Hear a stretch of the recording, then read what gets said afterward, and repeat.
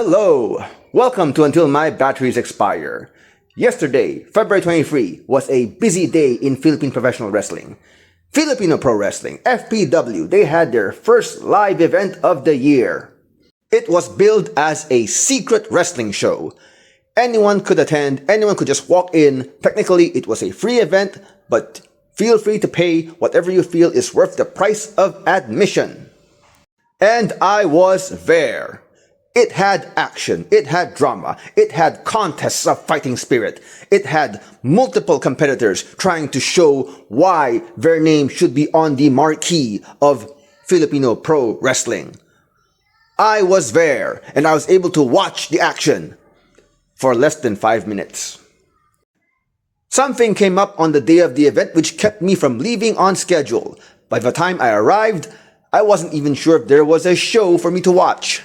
But when I entered the building, I heard the cheering, I heard the bloodlust, and I like, whoa, I still have time. So I rushed upstairs, and I made it in time for the end game of the final match of FPW's secret show. Members of the motivational self-help group Sigma had a huge presence on this secret wrestling show. Alex Belmonte III, Jason Rex, and their leader, Legendarius, they all had matches on this event.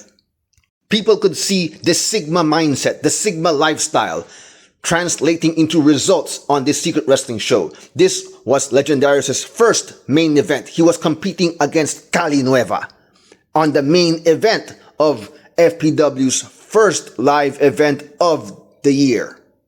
It was Legendarius versus Cali Nueva. That was the match I watched. I was able to watch when I arrived at this secret wrestling show.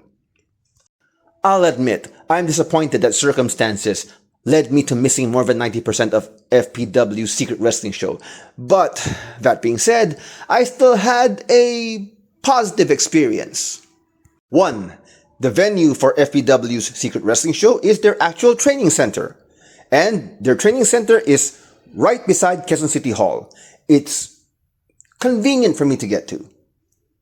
2. I was pleasantly surprised to find that the venue was packed. As in, seriously, there were a lot of fans there to watch this secret wrestling show. FPW have posted an official statement on their socials. The head count was over 100 people. Number 3. I was able to have a brief chat with FPW owner Red Oliero after the show. He said they were looking into the feasibility of running more live events at their training center. If it pushes through, this would mean that FPW can expand the number of events to their show calendar. This would also mean that their wrestlers would have more matches and thus gain more match experience. Number 4. While I did miss more than 90% of the secret wrestling show, by happenstance, I was able to meet Giga Herrera at the event. Giga Herrera, Firebelly Giga Herrera. He is a Filipino-American who was able to add pro wrestling to his itinerary while he is back home here in the motherland. Firebelly wrestled Tiago, the gym bro, at FPW's secret show. That, my friends, is a lot of meat in the ring. That would be the first of 2 meaty matches for Mr. Giga Herrera on this blessed Sunday. The Firebelly was going to wrestle Isaiah Valencia and Puso Wrestling champion Main Max in a triple threat for Puso Wrestling's live stream later that evening.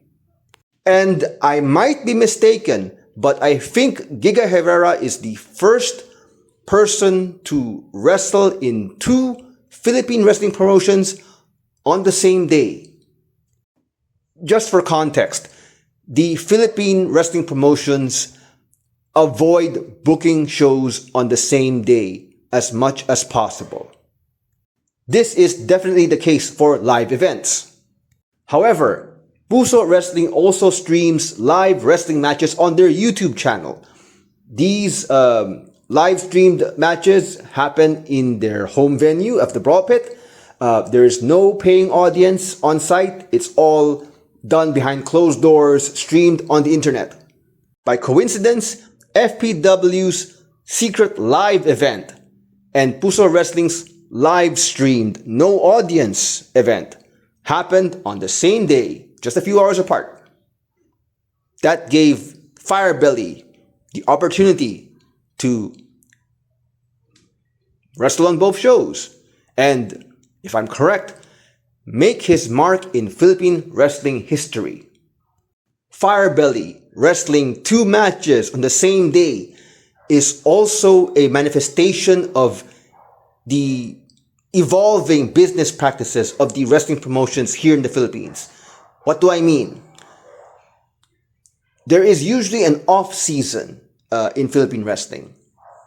Okay, so depending on which company, their wrestling season would end around November or December, and then they would take a few months off the following year. Their first show for the new year would be around March or April, depending on the company. That business model seems to be changing this year, with FPW running their secret wrestling show a full month before their first official event of the year. And Puso, well, they've been streaming live wrestling from their home venue since January. This is important for Philippine professional wrestling as a whole, as an industry.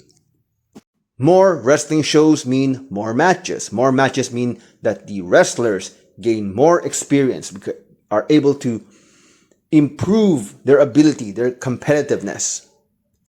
The promotions being able to increase the number of shows they produce each year is an improvement for the industry as a whole. I'm glad that the companies are taking these risks. I'm glad that Puso Wrestling is streaming new matches each weekend. I'm glad that FPW is examining the feasibility of running shows at a second venue. And I'm glad to witness this change. I'm glad I was physically present in this bit of history. Even when my first live wrestling event for this year was under 5 minutes. Anyway, thank you for your time. Do you watch Puso Wrestling's live streams? Were you at FPW's secret wrestling show? If the answer to either question is yes, please do feel free to share your experience with these wrestling events. I'd love to hear from you guys. Till next time.